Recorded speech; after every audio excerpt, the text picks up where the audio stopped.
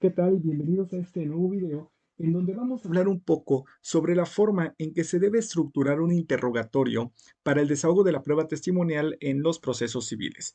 Cabe destacar que estas reglas que comentaremos en esta ocasión servirán también para el desahogo de las pruebas testimoniales en las materias civil y familiar.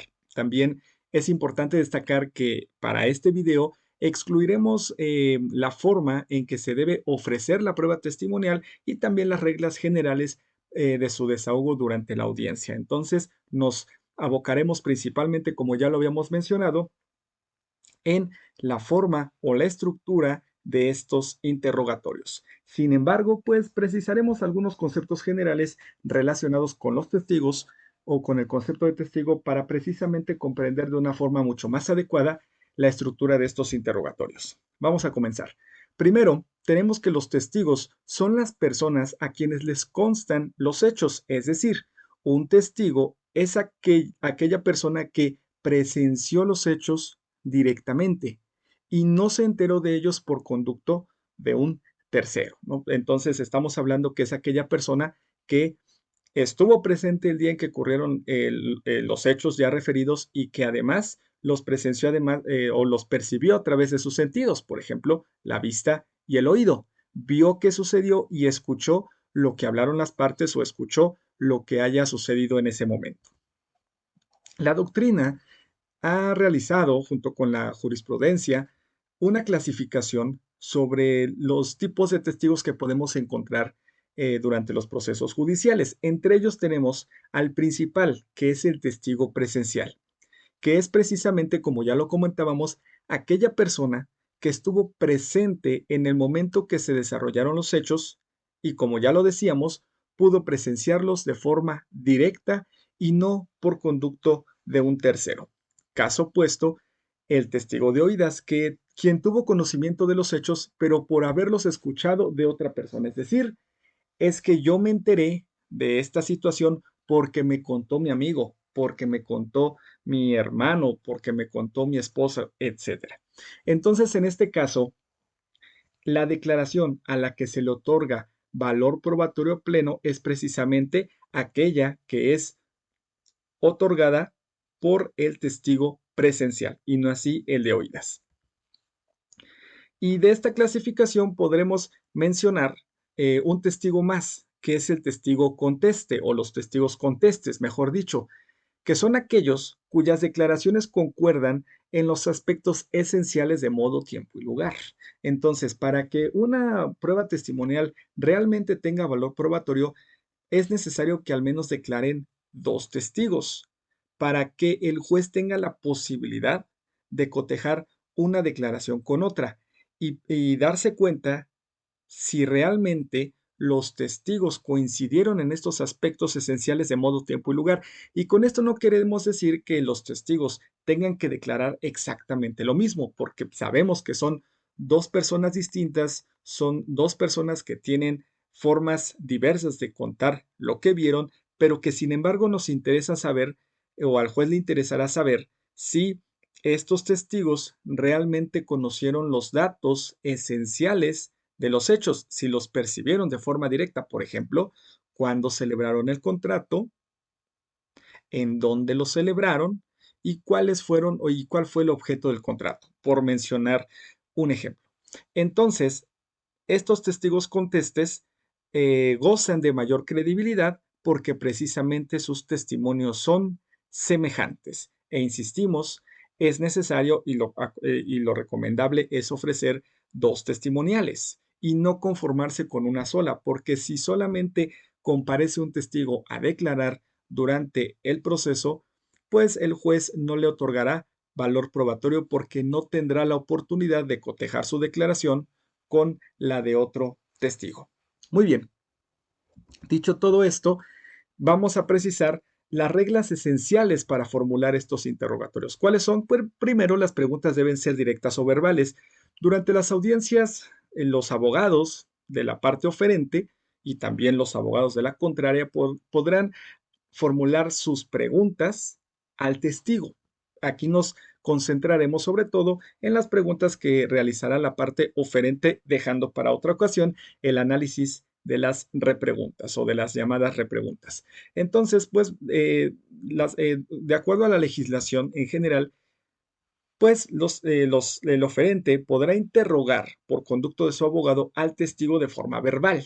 Sin embargo, la legislación también ha previsto la posibilidad de que las preguntas puedan ser formuladas por escrito, es decir, el escrito que contiene o el documento que contiene el interrogatorio del testigo se exhibe de forma previa a la audiencia y pues durante la misma el juez calificará las preguntas y en su oportunidad podrá realizárselas o formularlas al testigo. Pero digamos que como regla general, en los procesos escritos, el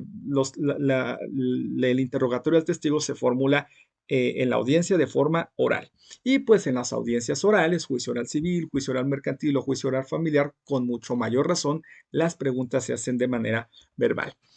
Siguiente regla, las preguntas deben estar relacionadas con los puntos controvertidos. Esto es importante porque no podemos distraer al testigo interrogándolo con cuestiones que no estén relacionadas con la litis, lo cual no significa que podamos hacer preguntas generales que nos permitan que el testigo nos informe sobre los hechos que están relacionados con la litis. Por ejemplo, conoce a las partes, desde cuándo las conoce y por qué las conoce.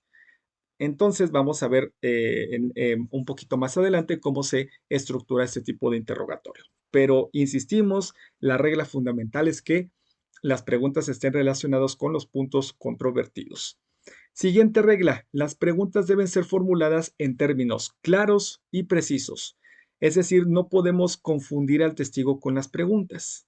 Y además de ello, pues se debe procurar que cada pregunta comprenda un solo hecho, porque si en una pregunta vienen dos o más hechos, lo más seguro es que confundamos al testigo. Es por ello que hablamos o precisamos que las preguntas deben ser claras, deben ser precisas y no dar lugar a confusiones.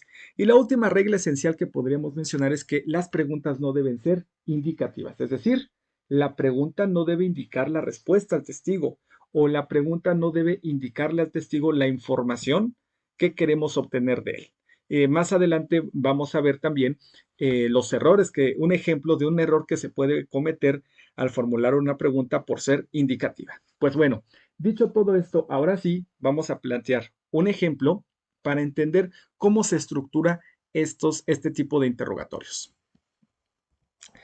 Primera pregunta, ¿conoce a las partes en el presente juicio?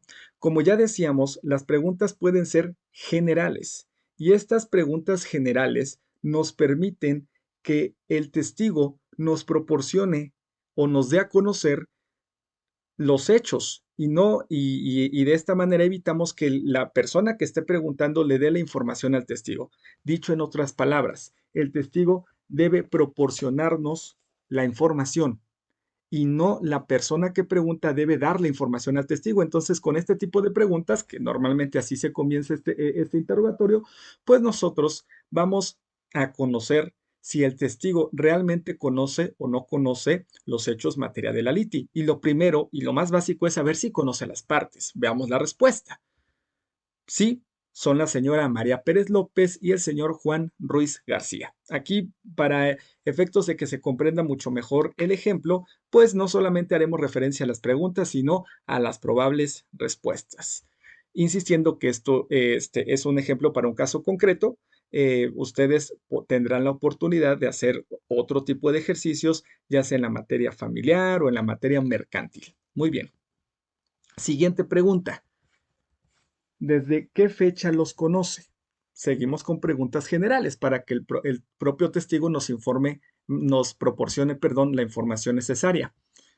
A ambos los conozco desde hace aproximadamente 10 años. No es necesario ser preciso en este tipo de respuestas porque, pues, seguramente nosotros no tenemos un calendario en donde marquemos la fecha exacta en que conocemos a cada una de las personas que se atraviesan en nuestras vidas. Entonces, basta con mencionar, como aquí está en el ejemplo, que los conoce desde hace aproximadamente 10 años, porque realmente ese no es el fondo del asunto. Solamente queremos saber si las conoce o no las conoce. ¿Sabe cuál es la relación jurídica que existe entre las partes en el presente juicio? ¿Sabe si las partes, la parte actora y la parte demandada, el señor Juan y la señora María, tienen alguna relación jurídica? Y entonces seguimos con las preguntas generales para adentrar al testigo en la materia de la litis.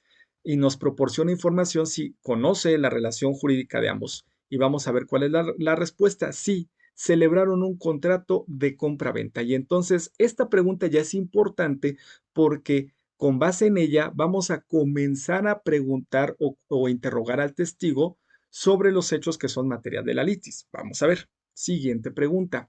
¿Sabe cuándo celebraron ese contrato de compra-venta? Entonces, aquí ya las preguntas no son generales. Las preguntas ya se están refiriendo a las propias respuestas del testigo. Si ustedes se dan cuenta, al testigo poco a poco lo estamos llevando de la mano para que nos proporcione la información necesaria para saber en principio si conoce a las personas, desde cuándo y sobre todo si tiene conocimiento de los hechos de la litis. Entonces lo vamos llevando de la mano para que él solo nos vaya dando la información. Entonces, de la pregunta derivada, si sabe o conoce la relación jurídica entre las partes, nos dijo sí, celebraron un contrato de compra-venta y de ahí partimos con los hechos materia de la litis con esta pregunta. Insistimos, ¿sabe cuándo celebraron ese contrato de compra-venta? Y la respuesta sí, el día 1 de febrero del año 2020.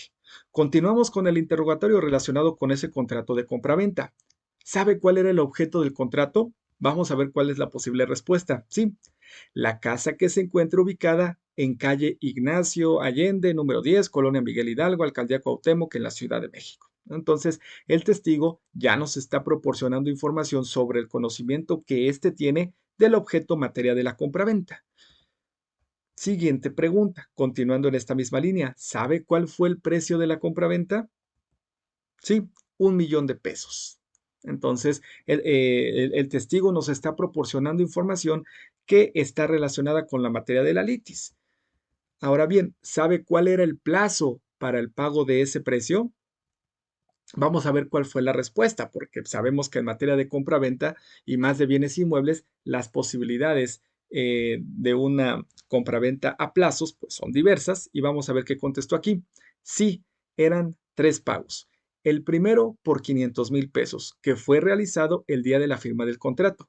La cantidad de restante se liquidaría en 2 pagos de 250,000 pesos cada uno, el primero el 1 de septiembre del 2020 y el segundo el 1 de febrero del 2021.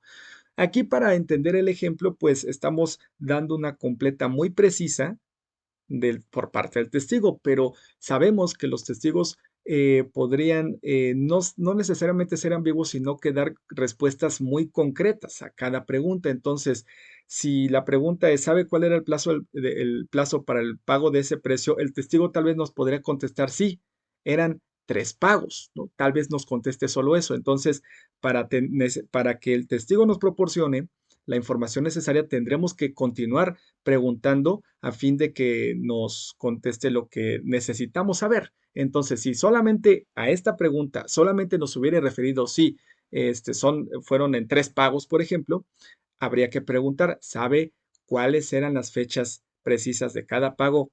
Sí, el primer pago se realizó el día de la firma del contrato, el segundo pago se tendría que realizar el día 1 de septiembre del 2020 y el tercer pago el día 1 de febrero del 2021. Muy bien, ahora necesitamos saber, ya que contestó esto el testigo, pues cuánto dinero tenía que pagar en cada una de estas fechas. Ok, siguiente pregunta podría ser la siguiente. ¿Sabe cuál era la cantidad monetaria que tenía que pagar en cada uno de los plazos que usted o fechas que usted acaba de mencionar? Sí, el día de la firma del contrato pagó 500,000 pesos, mientras que tanto el 1 de septiembre del 2020 como el 1 de febrero del 2021 tenía que pagar 250,000 pesos. Entonces, también es importante tomar en consideración que si el testigo es demasiado preciso en una pregunta, habrá que tal vez reformular o reconstruir la propia estructura que ya tenemos a fin de obtener la información necesaria. Pero bueno, este ejemplo puede servir. Siguiente pregunta, continuando con este interrogatorio. ¿Sabe si las partes cumplieron el contrato? La respuesta podría ser la siguiente. Sí, la señora María Pérez entregó la casa y el señor Juan Ruiz García realizó sus pagos en los plazos establecidos. Entonces, esta pregunta está totalmente relacionada con la litis. ¿Cumplieron o no cumplieron? Y ahí está la respuesta del testigo, que de acuerdo a su declaración, ambos cumplieron. Siguiente pregunta. ¿Sabe la forma en que el señor Juan Ruiz García realizó el pago?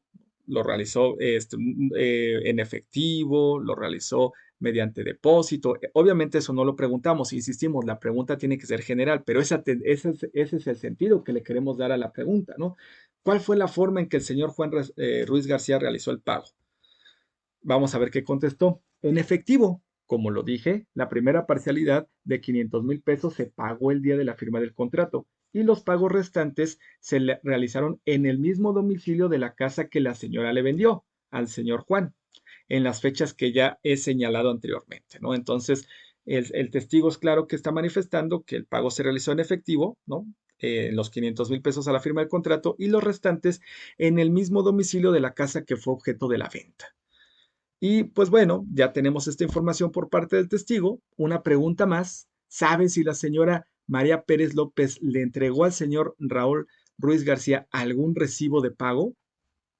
Queremos saber si hubo recibos de por medio. La respuesta aquí la tenemos. La señora María se negó a entregar recibos en las fechas en que recibió los pagos, valga la redundancia, ¿no?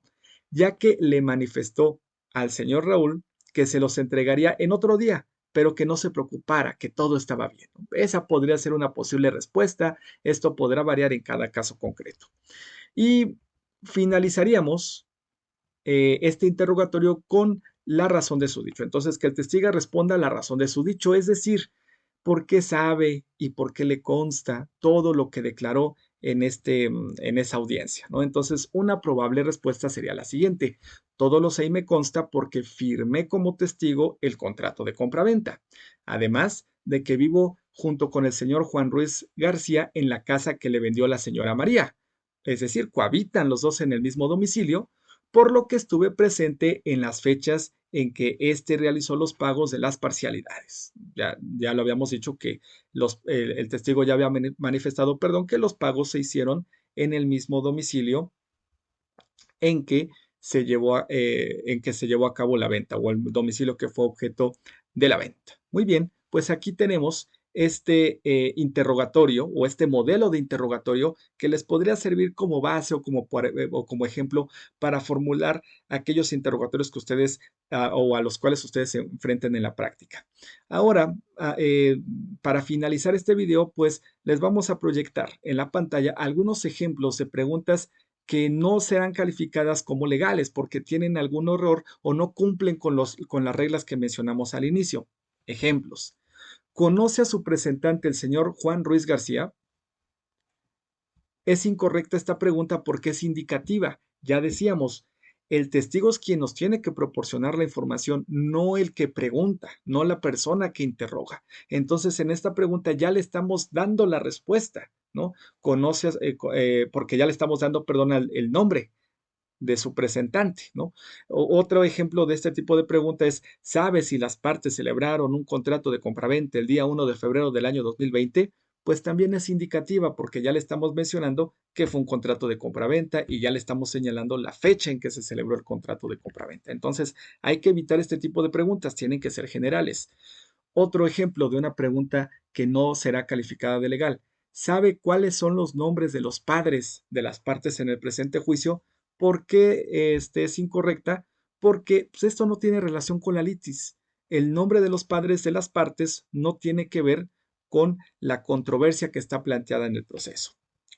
Un ejemplo más. ¿Sabe cuál era el precio de la venta, así como el domicilio y la fecha de pago? ¿Por qué esta pregunta no sería calificada de legal? Porque contiene más de un hecho. Le estamos preguntando el precio, también el domicilio de pago y la fecha de pago.